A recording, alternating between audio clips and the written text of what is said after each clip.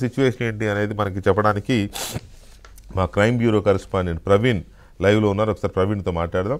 Praveen, good evening. Good evening sir. అసలు ఈ ప్రణీత్ రావు ఏం చేశాడు, ఎందుకు చేశాడు? రైట్, ఇప్పటికైతే పంజాగుట్ట పోలీసులు ఈ కేసును ఇన్వెస్టిగేషన్ కొనసాగిస్తున్నారు. ప్రణీత్ రావు ముఖ్యంగా అప్పటి ప్రతిపక్ష నేతల ఫోన్ కాల్స్ అన్నీ కూడా ట్యాప్ చేశాడని, కాల్ రికార్డింగ్స్ అన్నీ కూడా విన్నాడు. మరోవైపు ఎలక్షన్స్ అయిపోయి ఫలితాలు విడుదలైనటువంటి రోజు ఎస్ఐబి కార్యాలయంలో తను హార్డ్ డిస్క్లన్నింటినీ కూడా మాయం చేశాడు. అందులో ఉన్నటువంటి డాటాను అంతా కూడా తన వ్యక్తిగతమైనటువంటి హార్డ్ డిస్క్లోకి డాటాను మొత్తం బదిలీ చేసిన తర్వాత వాటన్నింటినీ ధ్వంసం చేశాడనేది ప్రధానంగా అడిషనల్ ఎస్పీ రమేష్ ఇచ్చినటువంటి కంప్లైంట్లో ఉంది. దాని ఆధారంగా చేసుకుని ప్రస్తుతం ప్రభుత్వం అయితే పూర్తి స్థాయిలో దర్యాప్తు కొనసాగిస్తున్నారు. ఇప్పటికే ప్రణీత్ రావును 3 రోజుల పాటు కస్టడీకి తీసుకున్నారు. మొత్తం 7 రోజులు కస్టడీకి అనుమతించింది. 3వ రోజు కస్టడీ ఈ రోజు విచారణ కొనసాగింది. విచారణలో భాగంగా చాలా కీలకమైనటువంటి అంశాలే బయటపడుతున్నాయని చెప్పుకోవచ్చు. ప్రణీత్ రావు ఎస్ఐబి కార్యాలయంలో ఒక ప్రైవేట్ సైన్యంలాగా ఏర్పాటు చేసుకొని తను అంటే కేవలం మావోయిస్ట్ కావచ్చు, తర్వాత ఉగ్రవాద కార్యకలాపాలు పైన నిఘా పెట్టాల్సినటువంటి ప్రణీత్ రావు అలా కాకుండా కేవలం ప్రతిపక్ష నేతల యొక్క ఫోన్ ట్యాపులు చేయడం, మరోవైపు కొంతమంది బిజినెస్కి సంబంధించినటువంటి బిజినెస్ వ్యాపారవేత్తల యొక్క ఫోన్ ట్యాపులు చేశాడనేది ప్రధానంగా అభియోగాల ఆరోపణలు వినపడుతున్నాయి. వాటికి సంబంధించి కూడా ఆధారాలన్నింటినీ కూడా సేకరిస్తున్నారు. ఇందులో మరొక కీలకమైనటువంటి అంశం ఏంటంటే ఏదైనా అంటే ప్రతి స్టేట్లో కూడా ఈ మావోయిస్ట్ కార్యకలాపాలకు సంబంధించి ఎస్ఐబి పనిచేస్తూ ఉంటుంది కాబట్టి వీటికి సంబంధించి వారి యొక్క ఉనికి కావచ్చు, వారు వాళ్ళ యాక్టివిటీను పసిగట్టడం కోసం కొన్ని సందర్భాల్లో ఆ ఫోన్స్ అనేది ట్యాప్ చేస్తూ ఉంటారు. అయితే ఇప్పుడు ఈ ఎపిసోడ్లో మనకి ఆఫ్ ది రికార్డ్ పోలీసులు చెప్తున్నది ఏంటంటే ఈ ఎపిసోడ్లో కేవలం సర్వీస్ ప్రొవైడర్ల ద్వారా వీళ్ళు ఆ లింక్ను ఏర్పాటు చేసుకొని ఆ మాల్వేర్ కావచ్చు, సాఫ్ట్వేర్ను ఎస్ఐబిలో వాటిని ఇన్స్టాల్ చేసిన తర్వాత ఆ సిస్టమ్ నుంచి ఆ అధికారి మాత్రమే వినాల్సి ఉంటుంది. అలా కాకుండా ప్రణీత్ రావు విదేశాల నుండి సాఫ్ట్వేర్ మాల్వేర్ని తీసుకువచ్చి తన వ్యక్తిగతమైనటువంటి దాదాపు 17 సిస్టమ్స్లో ఆ సాఫ్ట్వేర్ని ఇన్స్టాల్ చేసి ఈ ప్రైవేట్ వ్యక్తులు ఇచ్చినటువంటి సమాచారం, ప్రైవేట్ వ్యక్తులు పంపినటువంటి నెంబర్స్ను కూడా ఫోన్ ట్యాప్ చేశాడనేటువంటి అంశాలు అయితే మాత్రం చెప్తున్నారు. దీనిపైన ఇంకా ఇన్వెస్టిగేషన్ కొనసాగుతుంది. అయితే ప్రవీణ్ ఇక్కడ ఈ ట్యాపింగ్ పాల్పడిన వ్యక్తి ప్రణీత్ రావు, సరే ఆయన సామాజిక వర్గం ఏదో తెలిసిందే మనకి, వరంగల్ జిల్లా నుంచి వచ్చినవాడు. ఆయన 2007 బ్యాచ్ ఎస్ఐ. శరవేగంగా ప్రమోషన్లు వచ్చినాయి. ఈ గవర్నమెంట్ అధికారంలో ఉండగానే, ఈ government in the sense KCR గారి ప్రభుత్వం అధికారంలో ఉండగానే ఆయనను ఎస్ఐబికి తీసుకొచ్చి డిఎస్పీగా కూర్చోబెట్టి నక్సలైట్ల ఫోన్లు లేకపోతే అసాంఘిక శక్తుల ఫోన్లు ట్యాప్ చేస్తూ వాళ్ళ కదలికల్ని గమనించమనే బాధ్యతలు, పేరుకేమో అవి, చేసిందేమో ఇవి. చేయించింది ఎవరు అనే దాని మీద కొంత క్లారిటీ వస్తుంది. ఇక్కడ పొలిటీషియన్స్ ఫోన్లు ఎవరెవరు ఫోన్లు ట్యాప్ చేశారు, అపోజిషన్ పార్టీసేనా లేకపోతే సొంత పార్టీ నేతలు కూడా ట్యాప్ చేశారా? ఖచ్చితంగా సరే.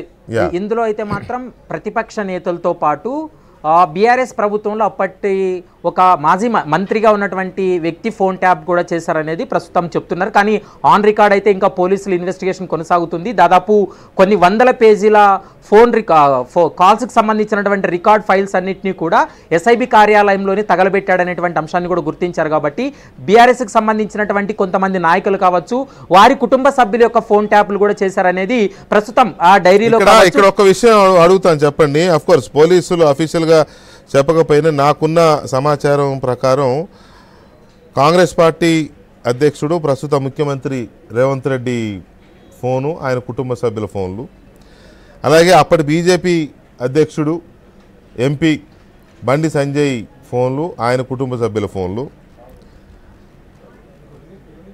టీఆర్ఎస్ పార్టీలో ఆ పార్టీ కోసం అహరహం శ్రమించిన మాజీ మంత్రి హరీష్ రావు గారి ఫోను, వారి కుటుంబ సభ్యుల ఫోన్లు, ఇవి కూడా ట్యాప్ చేశారు అనేది నాకున్న సమాచారం. మీకు పోలీసుల ద్వారా తెలిసిందేమైనా ఉందా ఇందులో? ఎగ్జాక్ట్లీ సార్, ఇవే పేర్లే పోలీసులు కూడా చెప్తున్నారు. ఎందుకంటే హరీష్ రావుతో పాటు వారి కుటుంబ సభ్యుల ఫోన్ కూడా ట్యాప్ అయింది. వాటికి సంబంధించినటువంటి కొన్ని టెక్నికల్ ఎవిడెన్స్ను కూడా సేకరించామనేది ప్రస్తుతం పోలీసులు చెప్తున్నటువంటి మాట.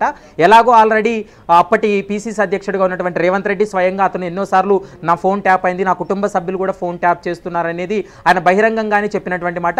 బండి సంజయ్ కూడా ఇదే విషయాన్ని స్పష్టంగా చెప్పారు. కానీ అతను సిరిసిల్లలో ఉన్నటువంటి సమయంలో వాళ్ళ ఇంట్లో సోదాలు చేసినప్పుడు వాళ్ళ ఇంట్లో దొరికినటువంటి డైరీలో కూడా కొంతమంది పొలిటికల్ లీడర్ల యొక్క పేర్లు అవన్నీ కూడా అందులో ఉన్నాయి. మరోవైపు ఎవరెవరు ఏ టైంలో ఈ నెంబర్స్ని పంపించి ఫోన్ ట్యాప్ చేశారనేటువంటి అంశానికి సంబంధించి డేట్ టు డేట్ మెన్షన్ చేశాడనేది ప్రస్తుతం పోలీసులు చెప్తున్నటువంటి మాట. మరి ఈ కేసులో ఫోన్ ట్యాప్ చేయడానికి అంటే ప్రణీత్ రావు వెనుక ఉన్నటువంటి అసలు వ్యక్తులు ఎవరు, అప్పటి ప్రభుత్వంలో ఉన్నటువంటి పెద్దల ప్రమేయంలో ఒక కీలకమైనటువంటి వ్యక్తి ద్వారానే ఇదంతా జరిగిందనేటువంటి అంశాన్ని అయితే మాత్రం పదే పదే చెప్తున్నారు. మరి ఇక్కడ ఇంకొక అంశము, ఇతను ఈ ఫోన్లు ట్యాప్ చేస్తున్న కార్యక్రమానికి ఎస్ఐబి కార్యాలయంతో పాటు కొన్ని వార్ రూమ్లు క్రియేట్ చేసుకున్నాడు అని చెప్తున్నారు. అవి ఎక్కడెక్కడ ఏర్పాటు చేశారు? ఎస్ సార్, మొత్తం ఇప్పటి వరకు 3 వార్ రూమ్లు ఏర్పాటు చేశారనేది పోలీసులు చెప్తున్నటువంటి మాట. ఒకటి హైదరాబాద్లోని ఒక మీడియా హౌస్లో వార్ రూమ్ ఏర్పాటు చేశారని, మరో ఆఫీస్లో ఎస్ సార్ ఛానల్ ఆఫీస్లోనే ఒక ఫ్లోర్లో ఎవరికి తెలియకుండా కొన్ని సిస్టమ్స్ని ఏర్పాటు చేసి అక్కడ వార్ రూమ్ ఏర్పాటు చేశారు. అది కూడా ఎలక్షన్స్ కంటే ముందు, అంటే ఎలక్షన్ కోడ్ వచ్చినటువంటి సమయంలో ఎక్కువగా ఆ వార్ రూమ్ నుంచినే ఎస్ఐబి కార్యాలయం నుంచి ఆ వార్ రూమ్కి కాంటాక్ట్స్ ఉన్నాయని. ఛానల్ ఆఫీస్ అంటే అందరూ టీ న్యూస్ అనుకుంటారు, కాదు కదా? టీ న్యూస్ కాదు సార్, వేరొక ఆఫీసు.